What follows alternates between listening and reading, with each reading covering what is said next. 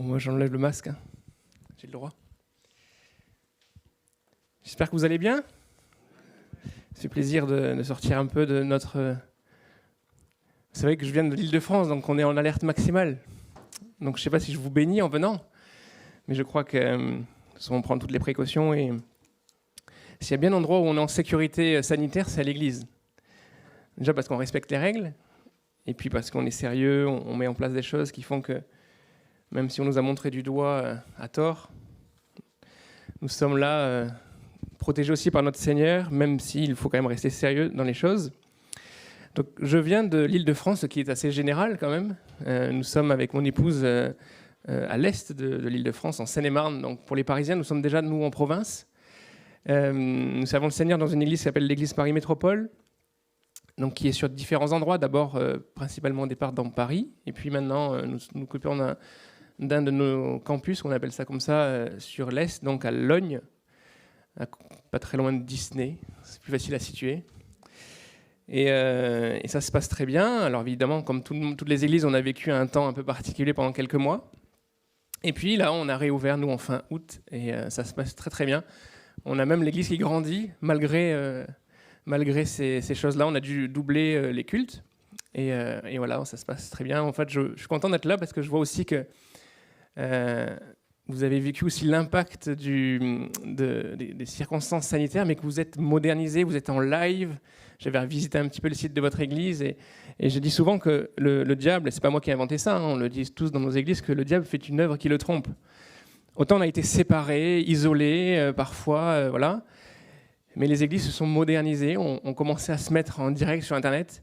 Et aujourd'hui, il y a plein de non-chrétiens qui se retrouvent sur YouTube et qui ont des suggestions qu'ils n'auraient jamais eues il y a quelques mois, de vidéos, de prédications, peut-être parce qu'ils ont tapé un mot-clé et que voilà, il y a des suggestions. Ils se retrouvent à regarder des vidéos, à consulter des prédications.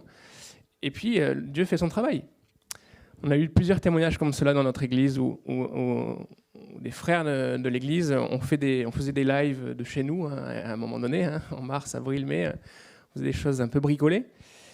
Et du coup, il y a un frère de notre église qui a mis ce lien, le lien de sa vidéo, il l'a mis comme ça dans son statut WhatsApp. Mais juste, il n'a pas trop pensé à la chose. Il a même oublié en fait que WhatsApp est un réseau social où les gens, du moment qu'ils ont notre numéro de téléphone, peuvent voir notre WhatsApp.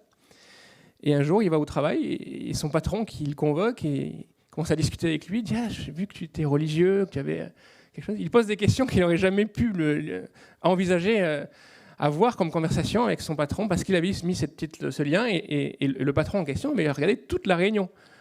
Et c'était pas du tout une réunion d'évangélisation, enfin tournée vers l'extérieur. C'était quelque chose de très local, avec de la louange, un temps de prière. C'était quelque chose de très très pour les chrétiens. Et il a été marqué par ça. Et ça a ouvert des opportunités qu'il n'aurait peut-être jamais envisagées. Et donc je dis vraiment que la situation évidemment que nous vivons est un peu particulière, mais tout est à la gloire de Dieu. Et Dieu se trouvera toujours des solutions et des moyens d'atteindre ceux qui ont besoin d'être atteints. Et même quand on n'a pas fait ça volontairement. Alors aujourd'hui, j'ai intitulé mon partage « Confiance aveugle ». Alors je ne vais pas vous mentir, aujourd'hui, c'est une prédication que j'ai déjà prêchée à Logne, dans mon église, le 27 septembre. Et vous allez comprendre après, au fil de la prédication, pourquoi j'ai décidé de reprendre ce sujet. Parce que j'avais donc préparé cette prédication sur la confiance pour mon église. Et d'ailleurs, c'est une thématique, je pense, qui peut extrêmement bien fonctionner dans la circonstance que nous vivons. Je dis souvent que l'Église, c'est merveilleux, c'est le rassemblement de vie. Et ce que la Bible nous enseigne, c'est que dans l'Église, parfois nous vivons des moments de joie, et d'autres, en même temps, vivent des moments de tristesse. Et une des missions de l'Église, c'est de permettre que mutuellement, nous puissions nous soutenir, nous encourager, nous réjouir. Et il y a comme ça une alternance dans les communautés, de moments de joie, de tristesse en parallèle.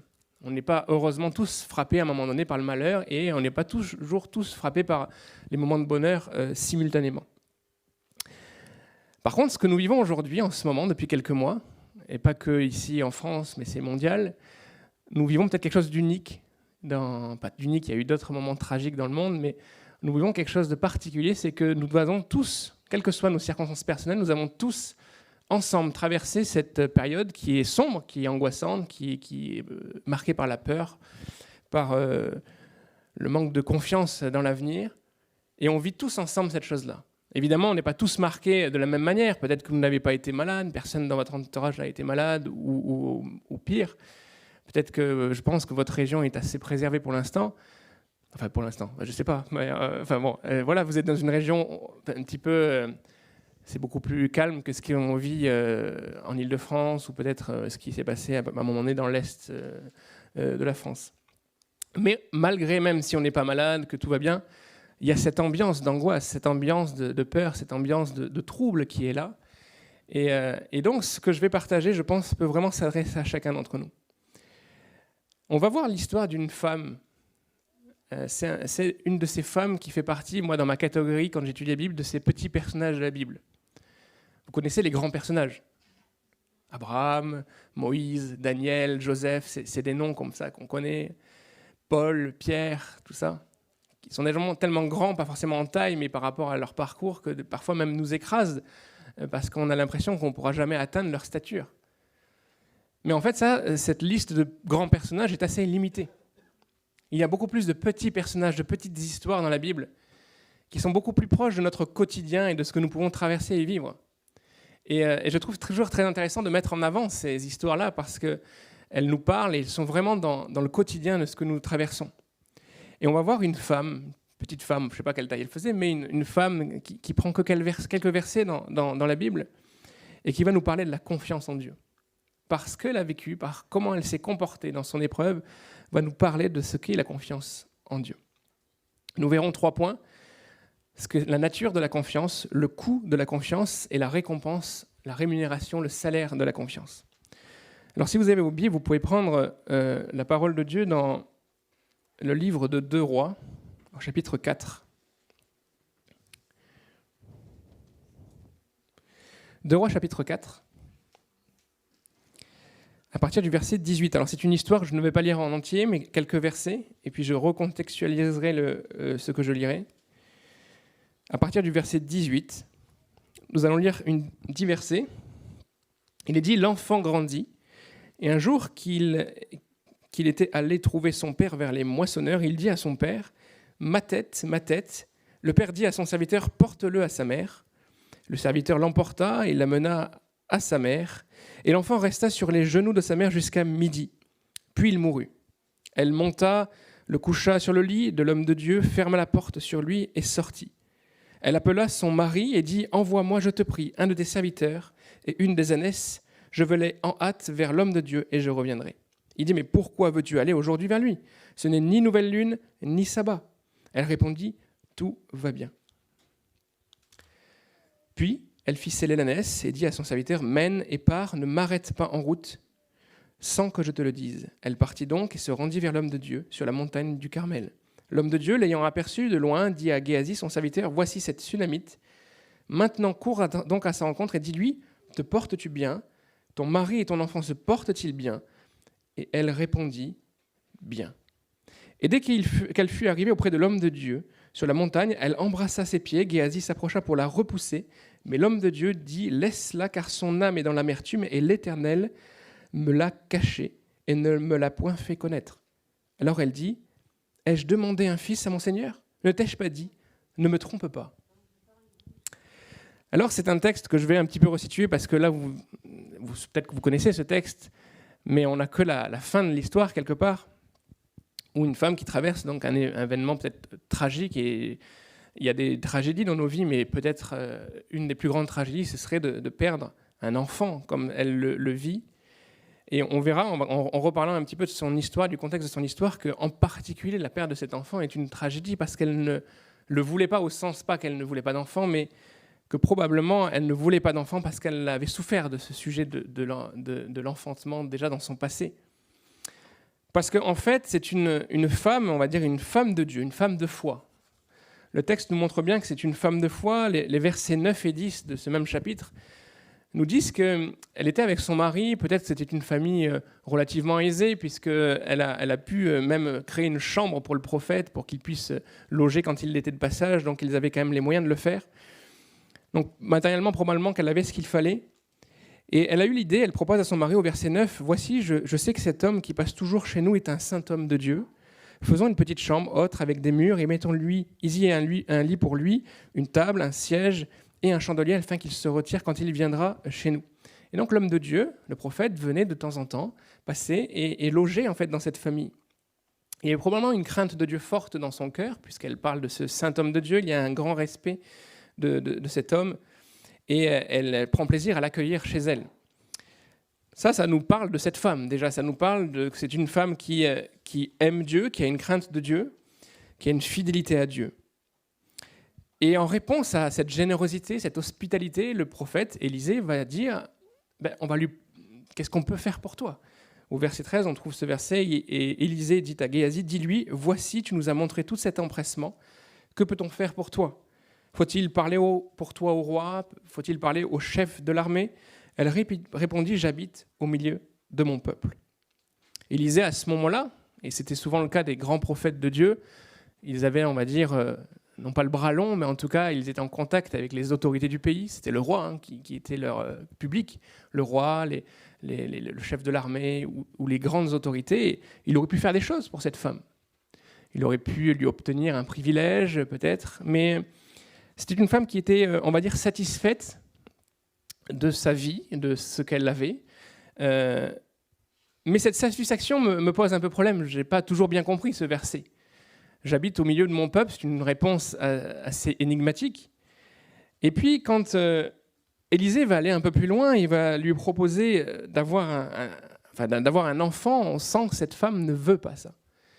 Et donc, c'est une déduction de cela. On comprend bien qu'elle avait probablement vécu cette stérilité, cette difficulté d'enfanter. Peut-être qu'elle avait eu des soucis par rapport à cela. Et on sait que dans la culture de l'époque, c'était une marque compliquée à supporter, puisqu'on considérait que de ne pas avoir d'enfant, c'était une forme de condamnation divine, ou en tout cas, il y avait une raison à cette stérilité. Et c'était souvent des femmes qui portaient cette souffrance toute leur vie. Et parce qu'elle avait déjà peut-être vécu cette souffrance de ne pas avoir d'enfant, elle n'avait pas forcément voulu que Dieu réponde ou guérisse cette souffrance en lui donnant cet enfant. Mais Élisée va quand même lui dire au verset 16, « À cette même époque, l'année prochaine, tu embrasseras un fils. » Et elle dit, « Non, mon Seigneur, homme de Dieu, ne trompe pas ta servante. » Verset 17, « Cette femme devint enceinte et elle enfanta un fils à la même époque, l'année suivante, comme Élisée lui avait dit. » Parfois, on se pose des questions avec les plans de Dieu. On se dit, mais pourquoi Dieu s'occupe de cette femme dans ce qu'elle ne désire pas ? Pourquoi Dieu lui donne ce qu'elle ne demande pas ? Nous, souvent, on court après les bénédictions, on demande des choses à Dieu, on achète tous les livres qui ont un titre avec le mot bénédiction et on veut des bénédictions. Et puis là, on a une femme qui ne désire pas, qui ne veut pas, qui refuse d'avoir ces choses-là parce que ça rappelle peut-être des souffrances passées. Et pourtant, Dieu fait et bénit. Surprenant. Et évidemment, vous comprenez bien tout de suite là où je veux venir, quelle tragédie pour cette femme qui va perdre cet enfant qu'il lui est donné, qu'elle n'avait pas forcément voulu parce que ça la faisait déjà souffrir, et qui va encore plus souffrir. Et c'est pour ça qu'elle va parler comme cela à Élisée en disant « Pourquoi as-tu trompé ta servante ?» Alors ensemble, nous allons voir avec ce passage que nous avons lu ce que c'est la confiance. Premièrement, la nature de la confiance. Ce texte, en fait, peut-être que vous ne vous en rendez pas compte, ce texte est essentiel, central dans la parole de Dieu. En français, on ne le voit pas forcément directement, qu'est-ce que ce texte veut nous dire, mais il y a particulièrement 2 versets qui vont m'intéresser. Vous allez voir ensemble, nous allons voir ce verset 23, ce verset 26, et sont particulièrement intéressants. Quand on le lit en français, on est surpris en fait de comment ils sont rédigés, puisque si nous reprenons ce verset 23, il est dit, donc l'enfant est décédé, et il dit, elle discute avec son mari, et son mari dit mais pourquoi tu veux partir brutalement ? Il n'a pas compris peut-être que l'enfant était décédé, il n'a pas su encore. On sent une petite distance, on sent que c'était une manière d'éduquer les enfants, où c'était la femme qui s'occupait plutôt de cet aspect-là. Mais il n'est pas au courant et elle ne comprend pas pourquoi elle veut partir dans la précipitation voir l'homme de Dieu. Il dit, pourquoi veux-tu aller aujourd'hui vers lui ? Ce n'est ni nouvelle lune, ni sabbat. En d'autres termes, il n'y a pas de raison religieuse particulière pour que tu ailles voir l'homme de Dieu. Elle répondit, tout va bien. Alors c'est peut-être aussi un verset que vous connaissez, c'est parfois les versets qu'on a dans nos calendriers, tout va bien. Alors en français, c'est déjà clair, mais en plus, vous allez voir, quand on va s'intéresser aux mots en hébreu, c'est très intéressant. Verset 26, donc elle arrive vers l'homme de Dieu, elle est face au serviteur d'Élisée, Géasi, et Élisée a demandé à Géasi de poser ses questions. Verset 26, « Te portes-tu bien ? Ton mari et ton enfant se portent-ils bien ? » Elle répondit, « Bien. » Donc ces versets sont intéressants, pourquoi ? Parce que ces deux versets sont centrés sur un seul mot en hébreu. Et vous le connaissez probablement tous. Ce fameux mot que dans le judaïsme on emploie pour bénir quelqu'un, ce mot shalom. Et ça, c'est un mot qui est précieux. Quand on étudie l'hébreu, c'est un mot extrêmement précieux. Shalom, c'est pas juste une paix qu'on voudrait donner ou professer sur quelqu'un, voilà, soit dans la paix, tout ça. C'est vrai que c'est la traduction un peu littérale, le mot paix. Mais c'est un terme, si on le creuse, si on le regarde dans son contexte biblique, c'est un terme qui va beaucoup plus loin. Ce n'est pas simplement l'absence de conflit, l'absence de difficulté. La paix, le shalom de Dieu, c'est un instant, une réalité de plénitude. C'est une réalité où nous avons tout. C'est ce que, en fait, la meilleure traduction que nous, on a dans notre contexte aujourd'hui, c'est le mot bonheur. Le mot bonheur n'est pas forcément biblique. On en a discuté hier avec les amis chez qui nous sommes. Ce n'est pas un mot vraiment biblique, c'est un mot que tout le monde a sur ses lèvres aujourd'hui dans notre société, mais la meilleure traduction, c'est la réalité du shalom biblique. C'est cette plénitude dans notre cœur, dans notre esprit, où nous sommes dans la joie, dans la paix et dans une certaine félicité en Dieu. Et quand cette femme va répondre shalom à cette question de son mari, qu'est-ce qui se passe, pourquoi tu veux aller vers l'homme de Dieu, elle va lui dire shalom, tout va bien. Il n'y a aucun problème. Évidemment, vous connaissez l'histoire. Vous comprenez bien qu'il y a un gros problème. Il y a un sérieux problème. Il y a un enfant qui est au-dessus dans la chambre, mort. C'est quand même pas... on ne va pas dire tout va bien. Mais cette femme va nous enseigner une leçon extrêmement importante sur ce que c'est la confiance. La confiance, c'est une réalité de foi. C'est pas tout va bien, mes circonstances ne sont pas touchées, c'est tout va bien parce que je sais où je vais. Je vais aller consulter l'homme de Dieu, je vais être en contact avec Dieu. Comprenez que dans l'Ancien Testament, aller voir l'homme de Dieu, c'est aller voir Dieu, en fait. Il y a cette logique d'intermédiaire qui n'est plus aujourd'hui en place, puisque Christ a tout déchiré, ce voile du haut jusqu'en bas. Vous avez vous-même le contact avec Dieu. Ce n'est pas le pasteur qui va venir et vous présenter Dieu. Vous avez contact avec lui, mais dans l'Ancien Testament, aller vers l'homme de Dieu, c'est aller voir Dieu. C'est aller être en contact avec celui qui peut faire. Et dans le cœur de cette femme, il y a ce shalom parce qu'elle est consciente et confiante que Dieu peut faire quelque chose. Parce que ce Dieu, c'est celui qui a créé un enfant dans son corps alors qu'elle ne pouvait pas en avoir. Et donc elle se dit, quelque part, en disant tout va bien, elle est en train de professer face à ce futur qui semble sombre, que le Dieu qui a permis d'avoir cet enfant est aussi celui qui pourra et certainement fera le miracle. Tout va bien, ça ne veut pas dire que tout est facile, que émotionnellement, elle ne ressent rien et qu'elle plane sur un nuage de paix. Non, ce n'est pas du tout ça. C'est une confession vers l'avenir. Elle va le répéter. Elle va le répéter. Et en fait, quand Géasi lui pose la question, « Te portes-tu bien ? Ton fils, ton enfant et ton mari se portent-ils bien ?» Elle répond « Bien ». Dans ce verset-là, il y a 4 fois le mot « shalom ». C'est vraiment cette thématique de ce texte, c'est ça, c'est « shalom ». Donc quand Géasi pose la question, il va te dire « Est-ce que tu as le shalom dans ta vie ?» Quand on prend l'hébreu, c'est simple, c'est « shalom toi »,« shalom ton enfant »,« shalom ton mari ». Elle répond « shalom ». Tout va bien. Il y a une plénitude dans notre vie, nous sommes bien, nous sommes comblés, nous sommes dans le bonheur. Évidemment, une fois de plus, on comprend que ce n'est pas le cas. Il y a quelque chose qui ne va pas. Mais il y a une confession qui est faite. Pourquoi ? Parce que c'est quelque part, cette bénédiction qu'elle avait eue, ce n'est qu'un détail, ce n'est que l'aspect visible de ce que Dieu faisait dans sa vie. Dieu avait répondu en donnant cet enfant, mais le plus important, c'est qu'elle avait confiance dans celui qui avait accompli la chose. Et c'est ça la nature de la confiance, c'est de pouvoir réaliser que malgré les circonstances contraires, par exemple ce que nous vivons aujourd'hui, ce que vous pouvez vivre aussi dans vos vies personnelles, malgré les circonstances contraires, quand nous faisons confiance à Dieu, nous nous positionnons dans une réalité de plénitude, parce qu'il est la source de cette plénitude. Et rien ne peut ébranler, Ça ne veut pas dire que rien n'ébranle jamais notre confiance. Tout nous ébranle. Nous avons cette réalité-là, nous sommes fragiles et nos émotions sont là, cela fait que nous sommes ébranlés techniquement. Concrètement, nous sommes ébranlés quand les choses vont contrairement à ce que nous espérions. Mais la confiance en Dieu, ça va être d'essayer de se positionner sur un niveau supérieur, où on décide de regarder à celui qui est capable de transformer les circonstances.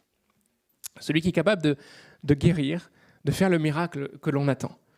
Évidemment, là, nous sommes dans une histoire qui est à l'extrême de ce que nous pouvons vivre, et nous ne vivrons pas peut-être dans l'ensemble de nos vies des situations aussi tragiques.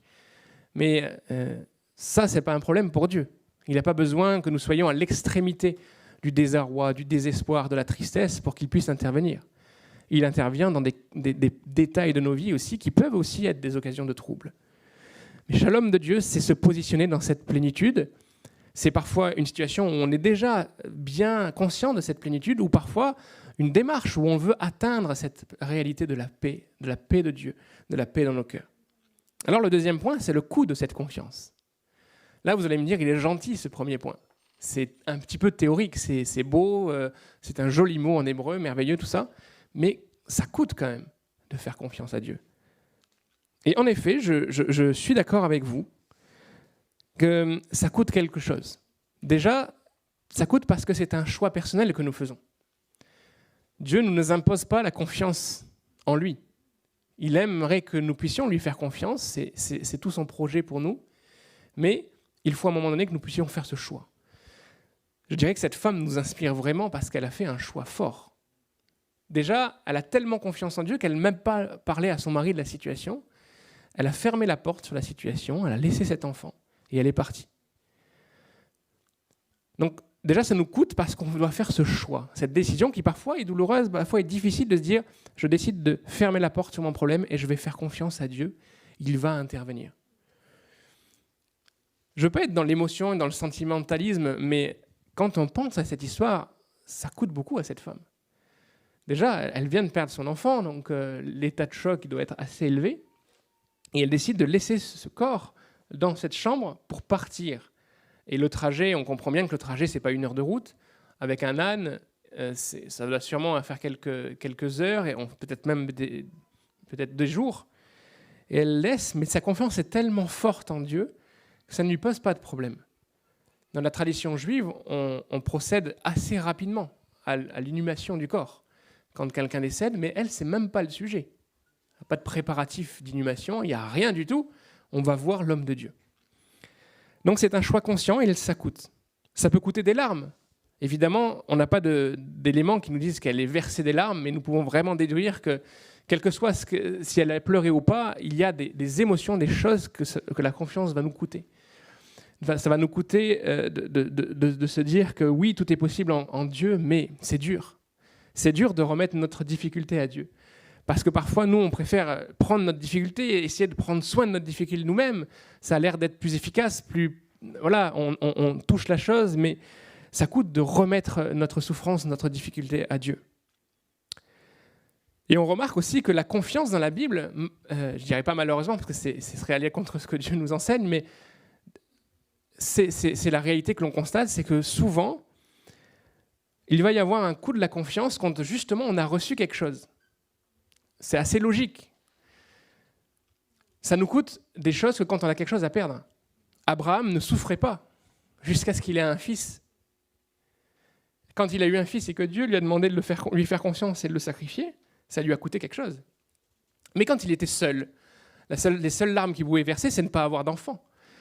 Mais une fois qu'on a quelque chose à perdre, c'est là que ça va nous coûter quelque chose. Mais c'est un cercle de bénédiction. C'est-à-dire que quand on fait confiance à Dieu, certes, il y a un coût. Et dans notre troisième point, nous allons voir qu'il y a aussi une conséquence à cette confiance. Alors, je ne suis pas en train d'essayer de vous mettre devant vous un modèle facile. Ce n'est pas facile de faire confiance. Ce n'est pas quelque chose de linéaire. Ce n'est pas quelque chose, j'ai fait confiance hier, et puis demain, je ferai encore plus confiance. Et puis dans 6 mois, exceptionnel ma confiance. Non, des fois, il y a des moments où on n'arrive pas à faire confiance. On a des moments de trouble, on a des moments de doute, on a des moments de difficulté. Et ça, c'est important de le dire. Parce que sinon, nous mettons des modèles devant nous que nous n'arrivons plus à atteindre. Parfois, on idéalise le pasteur ou certains responsables dans l'Église. On a l'impression que c'est des hommes de Dieu extraordinaires, qu'ils survolent toutes les épreuves et que rien ne les touche. Non, la Bible nous enseigne que c'est complètement différent. La Bible nous montre des hommes comme Abraham qui sont là. C'est pas facile de sacrifier son enfant. C'est même des hommes qui doutent quand ils sont obligés de quitter avec leur famille un territoire à cause de la famine, qu'ils vont quelque part. On comprend bien que de faire confiance à Dieu, c'est pas toujours facile. Et que parfois, le même homme qui était capable d'amener son fils pour le sacrifier, c'est aussi le même homme qui a menti pour essayer de se protéger.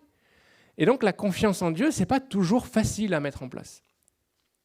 Mais heureusement, et c'est très important et c'est très biblique, il y a une conséquence à cette confiance. Il y a cette réalité qui va arriver ensuite, quand nous avons fait notre confiance à Dieu, c'est que Dieu va récompenser cette chose, cette attitude de cœur.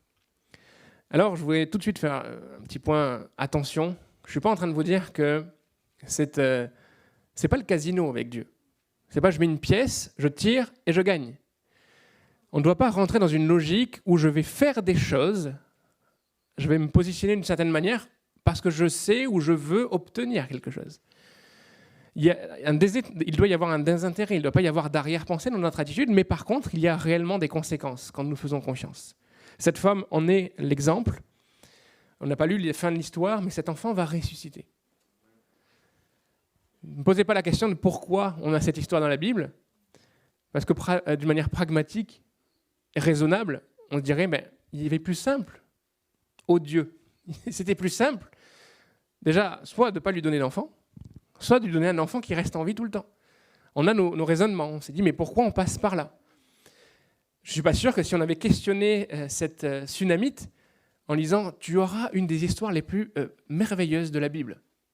On parlera de toi pendant des milliers d'années. » Mais le coût de cette renommée, c'est que ton enfant va mourir, puis ressusciter. Je ne suis pas sûr qu'elle aurait signé. Et on ne signerait rarement à nos épreuves et à tout ce que nous pouvons traverser avant. Et heureusement que Dieu ne nous informe pas. Mais il y a une conséquence à cette confiance.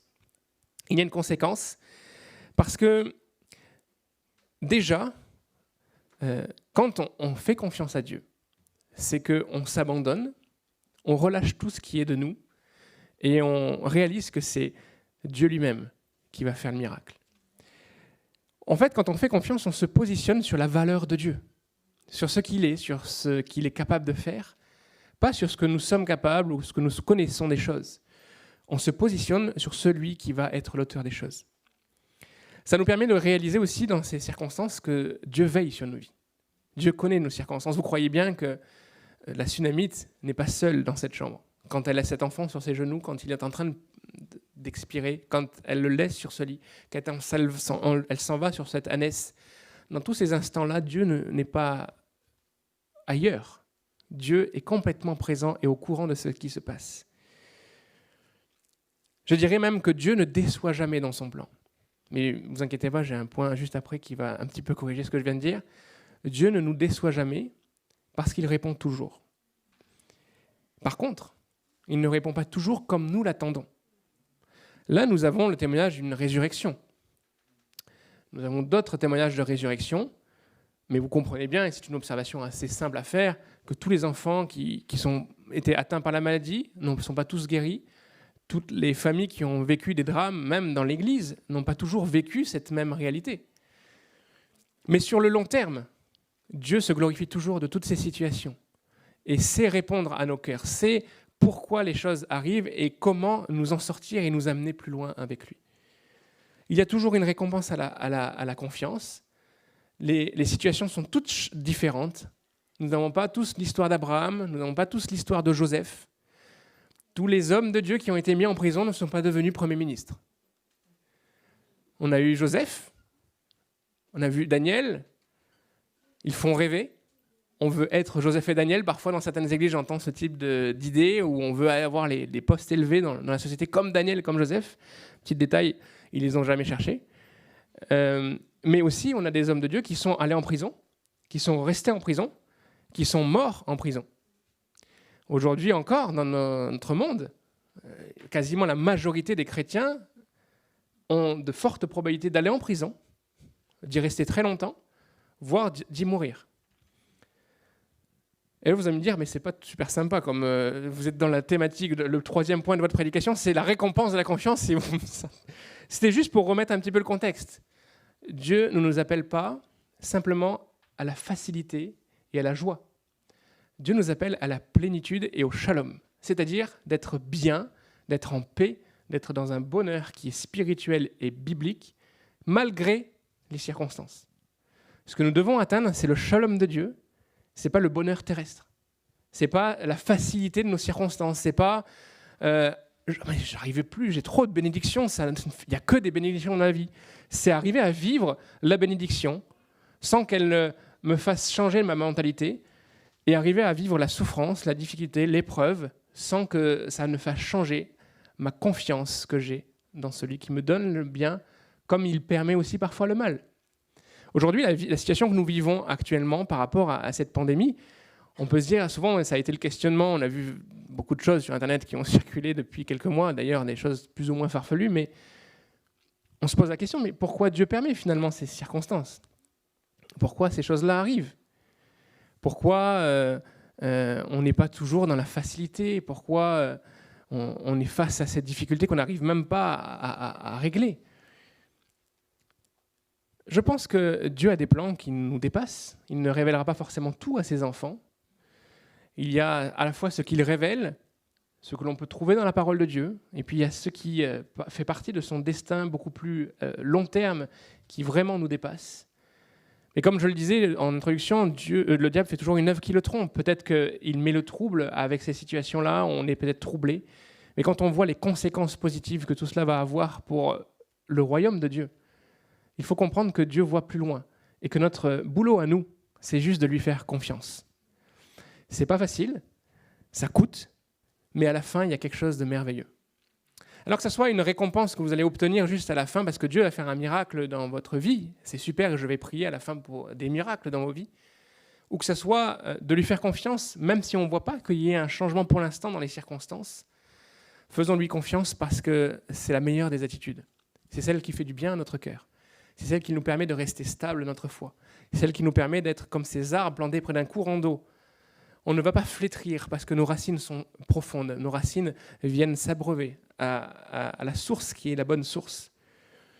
Et ce n'est pas ce qui nous entoure qui va devoir nous bouleverser, mais on doit être bouleversé par l'action de Dieu dans nos cœurs. Et ça rejoint un peu tous ces versets que nous avons dans le Nouveau Testament sur la paix.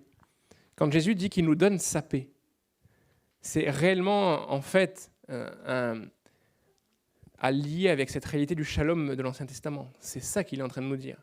Je ne vous donne pas comme le monde donne. Le monde nous parle de paix, on parle tout le temps de paix dans le monde. C'est une thématique, tu as paix sur Google, ça avance, il y a de la requête. Mais ce n'est pas de la paix. On nous parle plutôt d'absence de conflit, on nous parle de cesser le feu.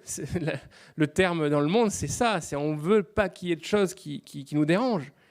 Mais la paix de Dieu, c'est bien autre chose, c'est sur un autre niveau. C'est un cœur qui n'est pas ébranlé, même quand les circonstances, quand les vents sont contraires. Et donc je dirais pour conclure que faire confiance à Dieu, en fait, c'est ne pas se baser sur ce que l'on entend, les informations que l'on reçoit, tout ce qui nous arrive, mais c'est se baser sur ce que Dieu est, sur sa nature, sur ce qu'il est capable de faire, ce qu'il a déjà fait et ce qu'il fera. C'est aussi renoncer à comprendre. Et ça, c'est difficile. En plus, on est en France, on aime bien comprendre, on aime bien débattre. Et même quand on n'a pas raison, on continue à argumenter pour essayer d'arriver à un point de compréhension. Mais bibliquement, en fait, vous n'êtes pas français. Vous êtes français sur votre carte d'identité ou autre. Mais nous sommes autre chose. Nous devons être autre chose. Et la culture biblique, c'est la culture de l'abandon. C'est la culture de ne pas comprendre les circonstances. Et d'ailleurs, il vaudrait mieux pas qu'on comprenne tout, parce que je ne pense pas qu'on soit capable de télécharger en nous toute la réalité de Dieu. Mais c'est de s'abandonner. C'est de s'abandonner. Les plus grands spécialistes de Dieu dans la Bible, et là on revient sur ces grands hommes de Dieu, même eux n'ont pas tout compris. Je ne sais pas qu'est-ce que Joseph comprenait de sa vie pendant les premières années. Il ne devait pas comprendre grand-chose. À chaque fois que ça marchait, il y avait quelque chose qui faisait retourner dans la difficulté. Chaque fois, il y avait une élévation et une chute. Une élévation, une chute. Je ne pense pas que quand il était en prison, il disait bientôt je serai Premier ministre. Voilà, je ne sais pas ce qui s'est passé au moment où il a pris sa douche. Parce qu'on est dit qu'il y a dans la Bible qu'il a été lavé pour pouvoir se présenter devant le pharaon. Je ne sais pas ce qui passait par sa tête ce jour-là. Il se dit qu'est-ce qui va m'arriver encore? Et bien là, la vie a changé parce qu'il y avait cette confiance, cette intégrité de cœur, cette paix, cette plénitude où il s'est dit non, de toute façon, de toute sa vie, il n'a jamais cherché à renier ce Dieu qui l'avait conduit là. Pourtant, il aurait eu de quoi, quelque part. Parfois, peut-être nous, dans nos vies, nous avons peut-être renié Dieu avec beaucoup moins. Par exemple, Pierre a peut-être renié Jésus avec beaucoup moins que ce que Joseph a vécu. Mais c'est ça, la paix, c'est ne pas forcément la plénitude, ce shalom, c'est ne pas forcément comprendre ce qui nous arrive, mais nous abandonner en celui qui contrôle toutes les circonstances, même quand elles semblent chaotiques. Alors, je vous ai dit que vous alliez comprendre pourquoi je prêchais cette prédication. J'ai vécu quelque chose de particulier avec cette prédication. Donc, j'ai prêché ça le 27 septembre dans mon église à Logne. Et, merveilleux, très bon retour. À la fin de la prédication, je reçois des messages, ça m'a beaucoup touché, béni, merci pasteur, tout ça. Ok. Voilà, j'avais fait une étude correcte de ce que la Bible nous enseigne. Et je suis très convaincu de ce que je dis. Le shalom de Dieu, c'est merveilleux, et il faut le vivre. Voilà. Et quand je préparais cette prédication, je pensais à une situation que je vivais personnellement, où mon père actuellement est malade. Et donc je pensais au fait de faire confiance. Je ne connaissais pas l'issue, je ne connais toujours pas l'issue de sa maladie, mais je me disais il faut faire confiance. Et c'était déjà un exemple assez proche de mon cœur. Et donc ça permettait d'alimenter, de me lier aussi à cette histoire et d'alimenter ma prédication. Donc ça, c'était le 27 septembre. 5 jours plus tard, je suis au téléphone avec ma mère. Et donc je suis très proche de ma mère. Je suis un peu un fils à maman. Et je suis proche, voilà, je suis souvent au téléphone, tout ça. Et là, je suis au téléphone, elle me dit, je ne sais pas ce qui se passe dans ma tête, j'ai une grosse douleur, je vais raccrocher. Et quelques heures après, elle est aux urgences, hémorragie cérébrale. Le lendemain, elle est en train de plonger dans le coma, des choses assez dures. Bon, après, c'est vrai qu'à ce moment-là, je n'ai pas trop pensé à ma prédication de la semaine d'avant. J'étais pas trop, je pensais à autre chose. C'est pour ça que je dis que le coup de la confiance, ce n'est pas juste théorique. Il y a des émotions, il y a des sentiments. Et franchement, quand je vois cette tsunamite, je me dis chapeau, madame. Parce qu'à ce moment-là, j'étais vraiment dans le trouble. Parce que je ne savais pas si ma mère allait vivre. J'étais très troublé. En plus, le dimanche, enfin, c'était le vendredi soir. Donc, toute la nuit du vendredi au samedi, c'était compliqué. Le samedi matin aussi. Elle part au bloc opératoire, on n'a pas de nouvelles. On dit c'est à 1 heure, au bout de 3 heures, on n'a pas de nouvelles. Donc, on se fait beaucoup de cinéma dans nos têtes. Et en même temps, j'étais censé préparer une prédication. Parce que le lendemain, je prêchais à l'autre église qui est sur Paris. En plus, avec le live, le machin, le truc. Je dis, mais comment je vais prêcher, moi? Qu'est-ce que je vais dire? Enfin, mon esprit était vraiment bouleversé. Et j'ai fait quelque chose avec les leaders de mon église, ceux qui servent dans l'église. On a un petit groupe WhatsApp et j'ai dit, je vais faire quelque chose avec eux. Je pense que c'est important parfois que le pasteur s'ouvre un petit peu sur ce qu'il traverse, parce que sinon on devient des gens très loin de la réalité humaine, où les chrétiens ont l'impression que nous sommes de bons prédicateurs, mais par contre, ils ne savent pas qu'on vit aussi les mêmes réalités qu'eux. Et donc j'ai fait quelque chose, je poste un message sur le WhatsApp, je dis voilà, j'ai prêché sur la confiance la semaine dernière, et maintenant je suis obligé de vivre la réalité de la confiance, donc priez pour mon shalom. Priez pour déjà que Dieu intervienne dans cette situation, mais priez que je sois soutenu. Et ça a eu un impact d'ailleurs que je n'imaginais pas, parce que les chrétiens ont été touchés que je leur partage mon fardeau.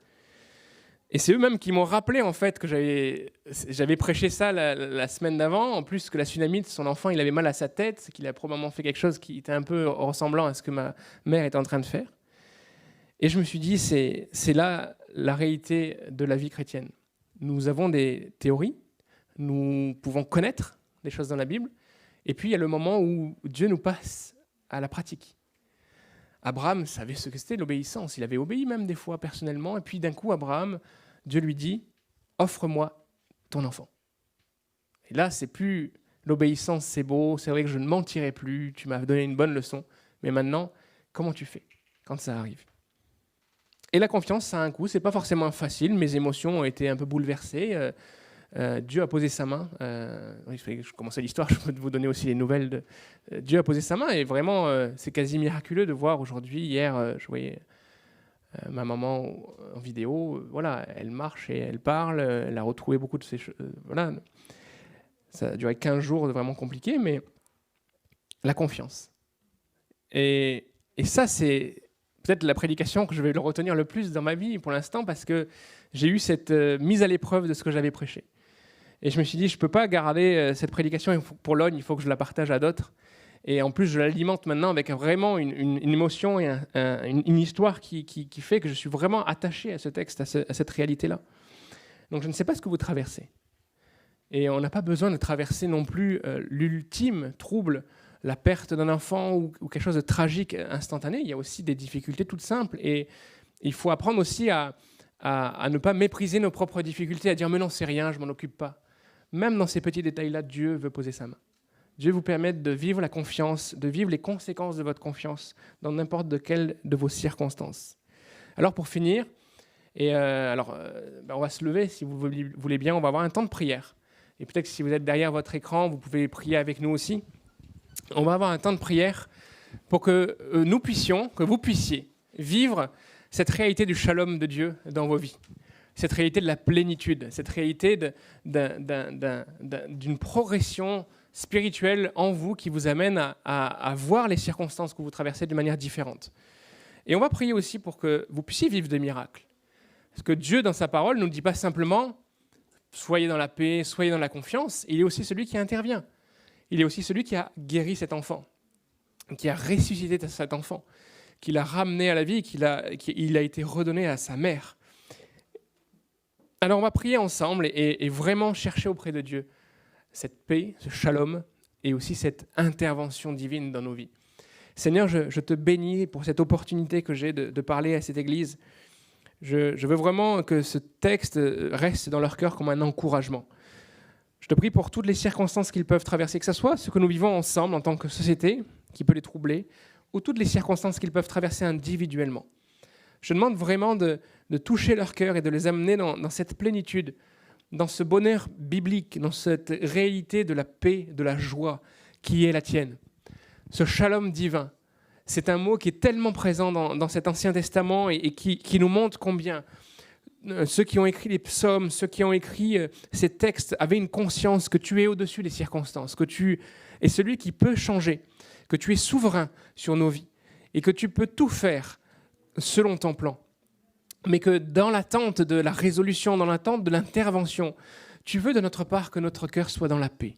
Je te prie pour cette Église, que ce soit une Église de paix, une Église qui est forte, une Église comme un arbre planté près d'un courant d'eau qui ne plie pas, qui ne rompt pas pendant la tempête, mais qui reste droit, ferme, solide. Et même si parfois il y a le feuillage qui est atteint, il y a peut-être quelques branches qui sont abîmées à cause du vent, le tronc, l'Église, la vie est là, toujours présente, malgré les circonstances. Je te prie aussi, Seigneur, que tu puisses intervenir dans les vies de ceux qui sont touchés par l'épreuve, par la maladie, par la difficulté, même peut-être juste par le doute, et que tu puisses faire ce miracle puissant dans leur vie de restauration.